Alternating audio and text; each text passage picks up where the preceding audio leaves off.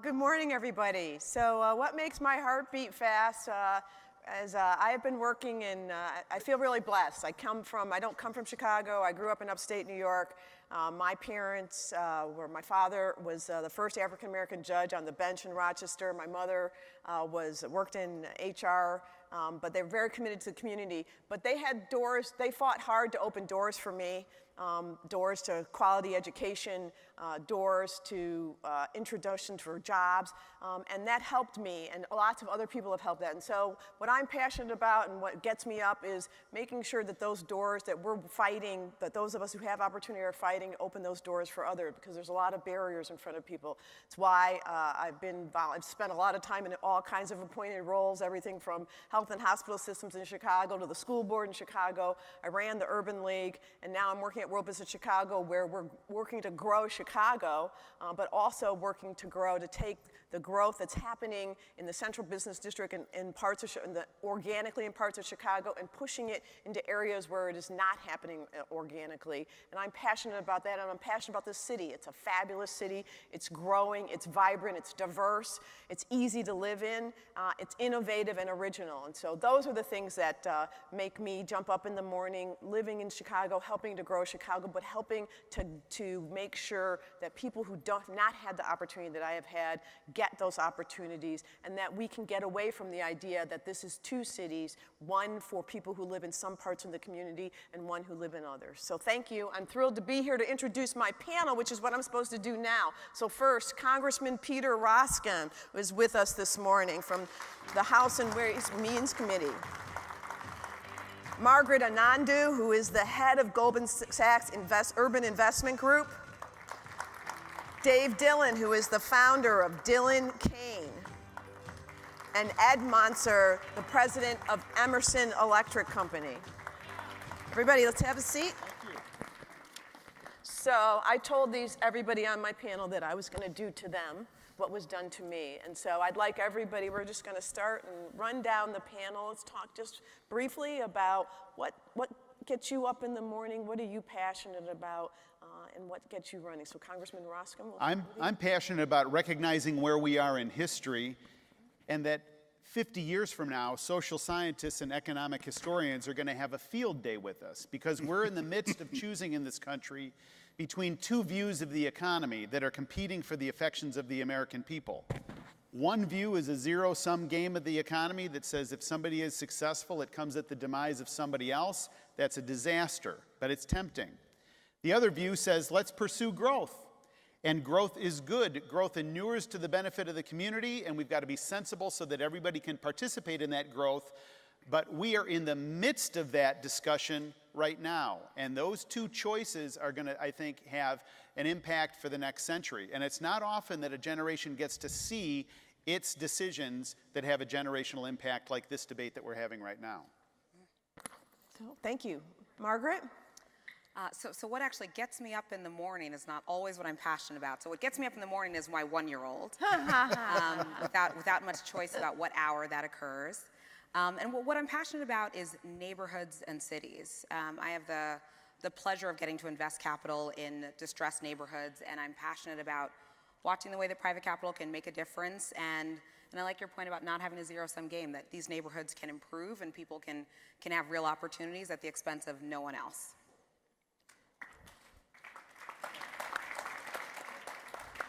Dave? Yes, I'm passionate about lots of things. One of the main things that I love to do is to see people connect who don't normally have the chance to connect. And we've formed an organization called Together Chicago. It's based on kind of the passions of a group of leaders in Chicago who have come together over the last year in particular. And we're forming conversations that just haven't happened before. For example, I've gotten to know some of the leading African-American pastors on the South Side, men like Bishop Horace Smith and Dr. Charlie Dates, who are just giants in the community, are well known and esteemed, and connecting them with business leaders and other white church leaders to really work on the problems of Chicago. And we'll talk more about some of what we're doing there. But that's what I'm passionate about. Terrific. Ed? Yeah, working with the Urban League in St. Louis, the question that keeps coming up is, we'll have a 25-year-old young man walk in to our Ferguson Community Center and say, I'm screwed. And what do you tell them? And what do you suggest for the next steps and how to make progress with that? And it's amazing how many times every day that happens. And so how do you answer that question when it gets asked? And the important thing, they're asking the question. So they're saying, I need something new. I need something different. How do you answer that? So let me just stay with you on that. How are you? You've done some things. You changed some of the ways that Emerson was thinking about with their giving. So let's talk a little bit about what you think you can do, what you're doing in the role that you're in to address that question. Is there a place for corporate business? Right. Well, Emerson's help? a pretty large manufacturing company, around since 1890, headquartered in Ferguson, Missouri. And I used to say I'm from St. Louis. Now, most of the time I say I'm from Ferguson because you get a whole different reaction. And we've been headquartered in Ferguson since 1938. So we've been there a long time. And when Michael Brown was shot and killed, 3 days after that, we had a discussion at our headquarters and said we give $25 to $30 million every year for the last 10 years to the St. Louis community. How is that money being used? Where is it going? And those kinds of questions. And it goes to It was going to Washington University, a very fine institution, St. Louis University, the orchestra, the zoo, a number of hospitals. How much of it's going to Ferguson? And we did not like the answer because the answer was virtually nothing. And that's the neighborhood that we're in. That's where we live, how we feel. And I'm not dislike a lot of other executives, I don't think. I didn't start out as an executive. I started out somewhere else. But I get up and get in my car in my garage in Ladue and drive to Ferguson and park in my garage at headquarters and do my job and go home, and all of a sudden Ferguson blows up. And we didn't like the fact that it was zero. So we had to redirect and say, where are we going to put the money? The first thing we learned was, unlike other parts of St. Louis, in North County and in Ferguson, there's not really a bunch of institutions you can go write a check to and walk away. If you're going to do something in Ferguson, you have to participate. You have to get involved. You have to be directly involved. And so we decided to put money into a handful of things. I and others were shocked to realize, and we didn't know, we should have known, no preschools in Ferguson. We got a 60% dropout rate in the high school, but no preschools. When did that happen? How did that happen? So we helped start a couple preschools, so that's a good thing. The big thing that came out of the Ferguson study was the overwhelming economic hopelessness of the area and how important jobs are, and how important jobs are for an 18 to 23-year-old that's never had a job. And so we participate in a first job program. So we've now got 350 people identified and through the program. First job is we'll work with the individual and we'll work with the company, and Emerson will pay the salary for the first 6 months for that person to work in that job, just to generate first jobs for people, build a resume, get an experience. 75% of those people kept their job. Wow. At the 6-month point. And then on the night of the non-indictment of the policeman who shot Michael Brown, another traumatic series of events, 190 businesses on the perimeter of Emerson's campus were on fire. Right. And those businesses need to rebuild and stuff, so we actually assigned people to work with, because the next day the insurance company, God bless them, comes in and says, here's the paperwork, please sign this, and then we'll take care of you. And somebody's got to read the form, right. To say, don't sign it yet. you'd be smart to negotiate and talk and, get through that coaching. So we did that. And then the last thing was scholarships. And what we have learned is giving scholarships for engineering is a beautiful thing. You take a smart kid from Ferguson and send them to engineering school, there's only one thing wrong with that program. As soon as they get that engineering degree, they do not come back to Ferguson. And Ferguson does not get any better. But we also learned if you take somebody and they learn how to be a technician, a welder, a carpenter, an IT specialist, they stay in Ferguson. And so we coupled that with Rankin Technical College, where I also get to do a bunch of work, which is a fabulous school. 5.5 job offers for every graduate that comes out. The last 2 years starting pay, if you graduate from Rankin Technical College, $42,000. That's higher than University of Missouri Columbia for new grad pay. The average family of 4 in Ferguson makes $23,000. We can graduate 200 a year technicians and sustain it for a decade. We can make an economic impact in Ferguson. Right. And so that's the kind of redirect. Then rebuild the urban center where the Quick Trip burned down and put in a community center. We helped with that. And then the other thing that kind of closed the loop, we're in the middle of making a decision to build a new factory, to build modular control rooms, and we were going to build that factory in Texas. And maybe we should put the factory in Ferguson. Yeah, right. So we put the factory in Ferguson, and it's now been running 3 years, and we're now to the point where we're hiring the technicians from Rankin to work in the factory. The kids from Ferguson are home with a better job that's close, and they don't have to go somewhere else. So those are the kind of things. Wow. So I'm going to move on, but I just want to, because I want to make sure we get these points. There's some incredibly powerful points that you said there. First of all, the disinvestment earlier wasn't intentional. It was just lack of focus. So you changed your focus when you saw. Second of all, the incredible role that business can play when they choose to make a role. You're changing that community.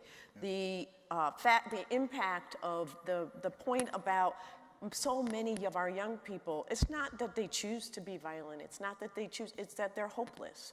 And that a real job with a pathway to wealth and the ability to support yourself can make a huge difference in life. And the final thing is keeping that wealth in Ferguson, right? Keeping so that you can uplift the whole community. It was a really powerful story with some really important lessons when we're talking about community change. Congressman Roscom, I'd like to turn to you and talk a little bit about the role of government. What can Washington do really to help on this issue? Well, it's been interesting to go through the debate on tax policy, and there's been proponents and there's been opponents of tax policy, as we've seen a very robust debate. But there's no opponents to the idea of the opportunity zones. And I think therein lies a federal policy that can induce behavior. So if Emerson is looking with intentionality and fear and fire coming upon its boundaries that have really created a motivation, there's others that don't have that experience that are basically looking out over a landscape and saying, where can I deploy capital so in ways that make sense? Jimmy, in the introduction, Jimmy Kemp, articulated the parameters of this, but these opportunity zones, you'll basically find no critics of it. And I think that this is an area where both sides, regardless of worldview, even if you're a zero-sum game view of the economy, you can come in and you can celebrate an opportunity zone. And so what it's trying to do is literally to create an environment where capital is deployed, capital then is rewarded in a way that wouldn't happen absent a favorable tax environment. And so I think that what is now beginning to happen is states across the country, governors, are identifying these zones and saying this is an area where we're going to create this favorable disposition in terms of tax treatment. encouraging on a tax-deferred basis, encouraging other investments to come in favorably. If they roll them over and they put them into the Opportunity Fund within 180 days, it's not a taxable event. And then ultimately, if we're trying to create and mirror what was just described in Ferguson, that is long-term investment, to make it not a taxable event at all if the capital is deployed for a decade. Because at that point, you can say the pump has been primed and action begets action, and I think that creates a virtuous cycle.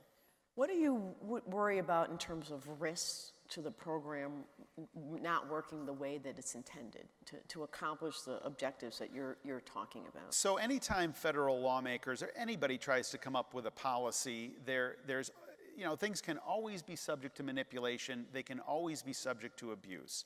So what we've got to make sure is that that it's not manipulated, excuse me, somehow, that it's not abused somehow. If there is a way to do it, that we learn about it quickly and we mitigate that and correct it. Here's what we don't want to have happen. We don't want people to become just complete cynics about this whole thing, because cynicism is a pretty dark brew, and we don't want to start sipping on that cup because it really doesn't end well. So the other point that I would encourage you to think about is how Congress supports telling the stories of what happens, right? Because I think people here, much like the Emerson story, Ed's story, I don't think many people in Ferguson may know, but I don't think it's more broadly known, and it's a very powerful story. Same thing with once these investments happen, because the point is letting people know this is how it's working, because right now it's a really interesting government plan, and you know how the cynicism is to that. So I think we all need to think about how we tell the story, not only once it happened, but of how it works and the change that should come. So the challenge, and I accept the admonition, and you're completely right. The challenge that we have in this environment is that we are short attention span people. And the ability to tell a longer story, a cause and effect, is something that we all, and I'm communicating this generally, we all need to be more disciplined about that and not be defensive to say, no, the reason that this investment took place in the first place was based on this policy. So I take your point, but it's a larger cultural challenge that we have in how we communicate, I think. Margaret, speaking of telling stories, I think you've got the work that you're doing in the Urban Investment Group at Goldman Sachs is something that many people here might not know about. And so why don't you share a little bit about what you're doing, what Goldman is supporting, and why? Sure. And it's funny, Speaker Ryan did a lot of the work earlier. So a lot of the tools that he was talking about earlier, so new markets tax credits, social impact bonds, and opportunity zones are the type of tools my team uses every day. So the group started back at Goldman about 17 years ago. It was a very small effort at the time to invest capital in distressed neighborhoods in a way that not only created real demonstrable impact for the families in those neighborhoods, but also did it while creating a real financial return. And so we were, investing $5-10 million a year at the time, and today we're investing $1 billion a year all around the country, and we've learned a lot of lessons along the way. And I think most important, especially as we think about things like opportunity zones, we've found that having a real place-based approach and doing that in partnership with local communities, be it the public sector, so the economic development agencies, the mayors, and also the not-for-profits, and I think earlier they were called the poverty fighters in these neighborhoods, are what's really important. Because we've found that, what we're doing in Newark, New Jersey, and the types of investments we're making there, they're very different from what we're doing in central Brooklyn, or even some of the investments we've started to look at the south side of Chicago, because the needs are different. And so thinking about something like opportunity zones, we are excited that that's been written with a lot of flexibility, because things can sometimes get a little too prescriptive and not necessarily work for all of the communities and all the needs that are out there. But we also, I share your view about, telling those stories and being, even Goldman Sachs, we're thinking about exactly how we want to share the intention of those investments, be very clear and upfront with why we're making the investments we're making and the impacts that we think are going to be achieved from it, and also at the end of the day, whether those impacts were achieved or not. So I'm just thinking about some of the stories we like to tell today. So Chicago is one of the cities where we've invested a ton in our 10,000 Small Businesses initiative. So as we at a place like Goldman, we're in the business of economic progress and growth, and we think that some of the real anchors of that growth in neighborhoods all around the country, but especially some of these distressed neighborhoods, are the small business owners. And so we created a program that provides a practical business education. So, the brilliant empanada maker in the Bronx, they might be brilliant in making empanadas, they're delicious, but they haven't had a course in, how to apply for a contract, or, how to work with lawyers, or how to create a growth plan. And so we created an education, almost a mini MBA, if you will, to give those practitioners some real expertise there. And then also the access to capital piece. So we've also provided at this point, I think, 6,000 or 7,000 of those same business owners who've been through the education portion, that loan that they need to grow, to open that next facility, or most importantly in a lot of these neighborhoods, to hire that next worker. So that's something we're really, really excited about, and we think there might be some overlay with opportunity zones there. And then the $1 billion that we invest every year, it's real place-based work. So affordable housing, schools, grocery stores, healthcare facilities. These neighborhoods need, it's not a one-shot thing. It's a real holistic, comprehensive approach. And we've seen that, for example, Harlem, we've been investing there for 10 years. Newark, New Jersey, same thing. And we've seen real change. So Newark, for example, when we started investing there, unemployment was, 15%. It's down to 8%. Now that's still twice the national average, but we're seeing the progress there. Camden, New Jersey, we've invested a lot in some really strong not-for-profit educational institutions there. When we started investing in Camden, New Jersey, there was one year where literally in the entire city, there were only 3 students in high school who were, scored college ready on those exams. Well, that's not a recipe for success. But we've seen that change. We're seeing those graduation rates tick up. So we're seeing that capital can make a real difference, and we just need to be able to be humble and listen to the community stakeholders, make the investments that are going to be the most impactful, but also do it in a way that's fiscally responsible, so we can continue to make those investments as we generate those returns. Thank you. Dave, so you said earlier that your what gives you passion is connecting people that make a difference. Tell us a little bit about how those connections are turning into impact in the community. Thank you. Yeah, what we found, and just quickly my background, I actually grew up overseas and arrived in the U.S. in '73. So when the Fair Housing Act was done in 1968, I didn't know anything about it. And I got to Chicago and started learning about some of the inequities that had happened in the city of Chicago for decades. And it really appalled me and concerned me, and that kind of got me involved in the inner city in a variety of different ways. My day job, I'm a tech entrepreneur. I run 9 software businesses, and they've grown and they're doing nicely. But my passion has increasingly been this conversation that I mentioned. And one way to talk about that is the notion of collective impact.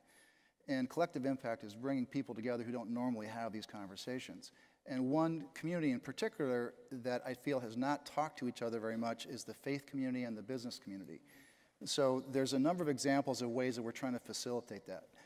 For example, on the south side, we've brought together a coalition of people, private equity business owners, investors, churches, who are now talking about very specific actions we can take together as a coalition. So one specific thing is we're finding businesses where CEOs like Ed, who I'm so impressed with, we need more of those. There's some like that in Chicago, actually. And we're working with some of those. There's one company here, I'm not going to say the name of the business, but it's a very large corporation that spends $500 million every year in their supply chain. That's outside of their salaries. And they've given us access to all their information about how they spend their money. And they said, we want to spend that money in the community as much as we can. So let's look at that. Are there categories in there that we could redirect that into the south or the west sides? So we're working very closely with them. So that's a partnership where we need to understand, like you were saying, who are the great entrepreneurs in the community? Well, the churches often are the place where those are known, right? So we're talking to the pastors to say, who do you know who's great at who's a great attorney, who's a great CPA, who's a great landscaper? How can we get them great economic opportunities in the community that they wouldn't have had before? Another example is in housing. We want to create beautiful homes that are really not in the normal term of low-income housing or Section 8 housing. We want people to own property to form equity. That's the generational wealth transfer that we've all found, right? At least I've benefited from that. And we want that to be everyone having that opportunity. So we're looking to build very high quality homes at the lowest possible price to get people into those homes, and they get the benefit of that equity wealth transfer.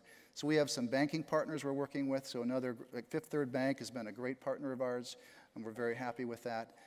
So there's just a lot of things like that that come about when you start having a collective impact conversation with people who don't know each other. We found that there are private equity folks who really want to invest, and they're motivated by their faith community, their faith passion. You know, that's my own personal motivation. In Luke chapter 10, when Jesus told the story of the Good Samaritan that everyone knows, his last 4 words of that story were, "Go and do likewise," right? That's not a recommendation. That's a statement, like, just go do that, right?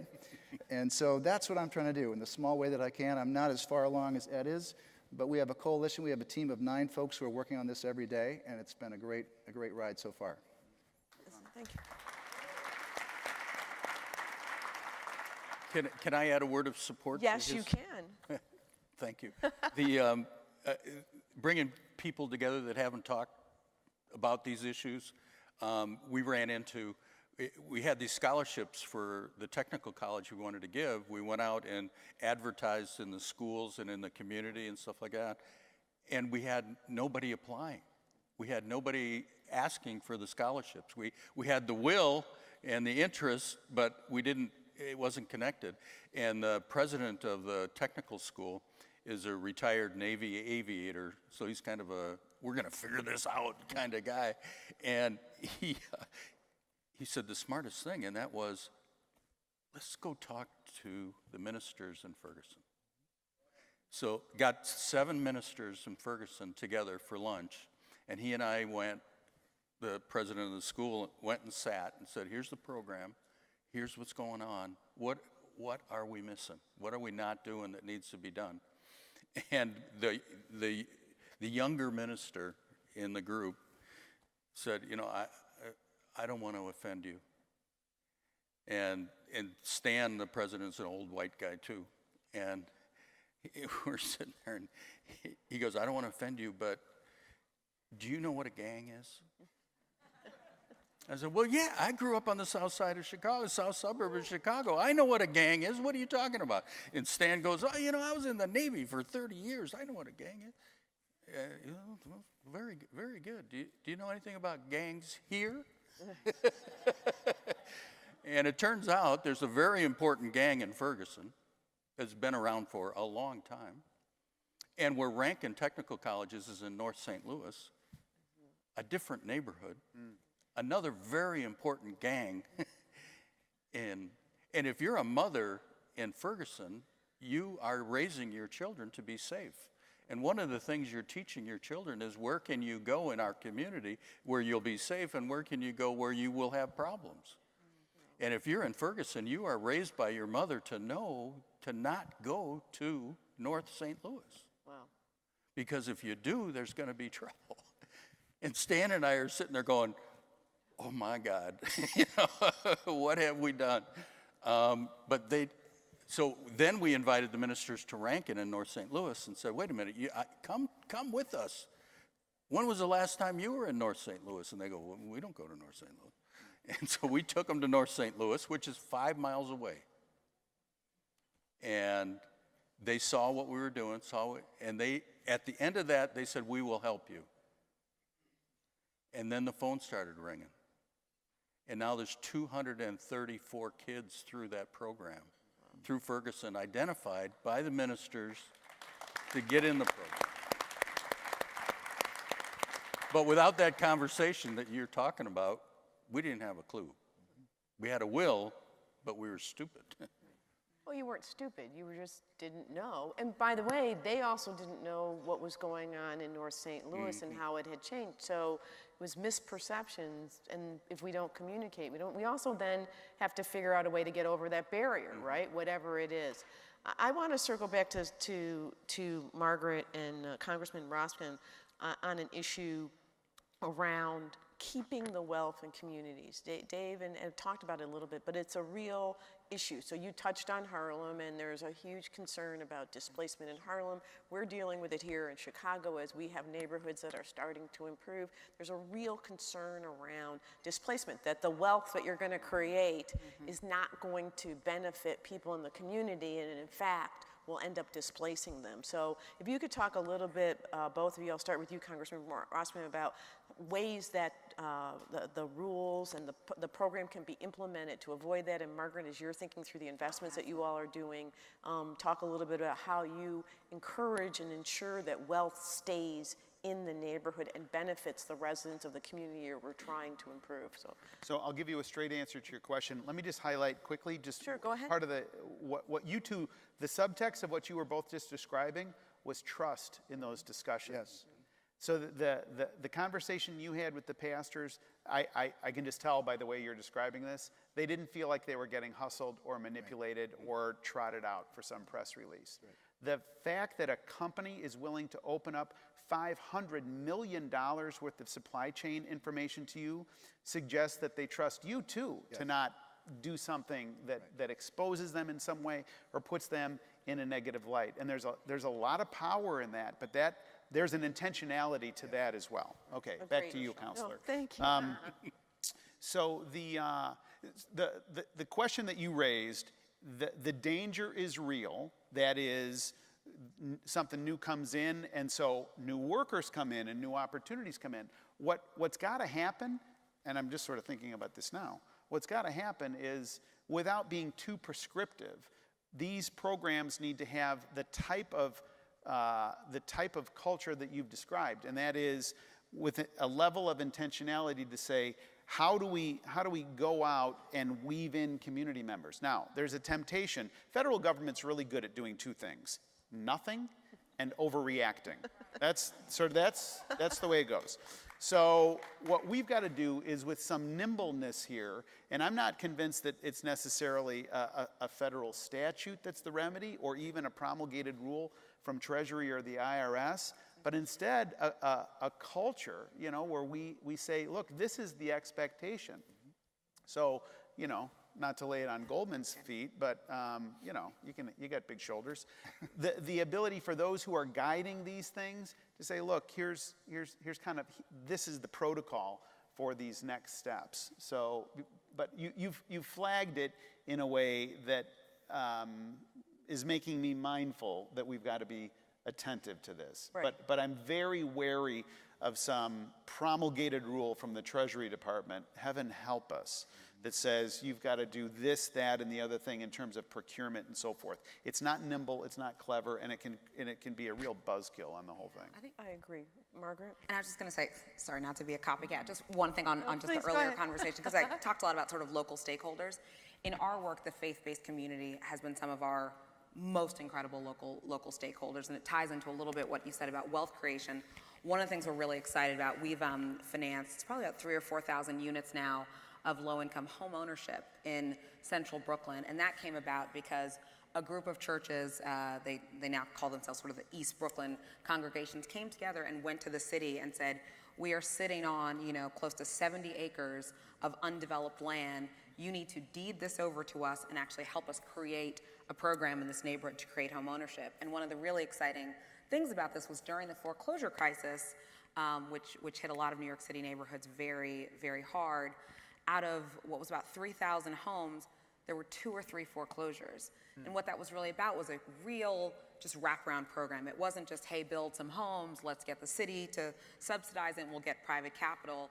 There was, there was counseling, there was, real effort and a wraparound of these families as they took this big step into home ownership. So just, more kudos to the faith-based community. But to your question about, let's call it what it is, sort of fears about gentrification and displacement, I think it's incredibly tricky. I think there are no sort of silver bullet solutions, but what we have seen be productive is, again, very active, and I don't think anything should come from the federal government either on this, but really active local public sector players. So for example, New York City, which has just gotten incredibly expensive, you basically have to be a millionaire to, get half a studio at this point.